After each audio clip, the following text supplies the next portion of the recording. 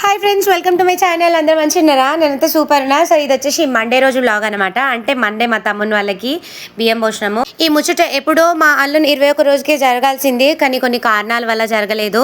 అందుకే 5 months complete అయ్యే లోపు మళ్ళీ బియ్యం పోయాలని ఇట్లా పోస్తున్నాం అనమాట.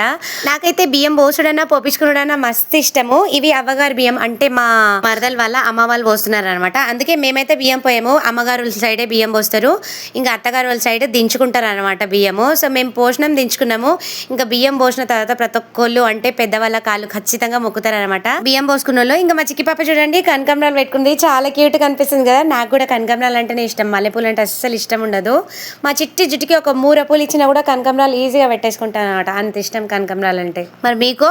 ఇంక బియ్యము ఎంతమంది అయినా పోయచ్చు, అంటే 5 మందికి మించి 9 మంది 11 మంది అన్నమాట. అంటే బియ్యం తీరు అంటే ఒక్కొక్క రీజన్కి రిలీజన్కి తగ్గట్టు వాళ్ళ సంస్కృతులు ఉంటాయి కదా. మన తెలంగాణలో నాకు ఈ బియ్యం పోసుడు అంటే మస్తు నచ్చుతుంది. మనం ఎక్కడ చూడలేము అసలు, మన దిక్కు తప్ప.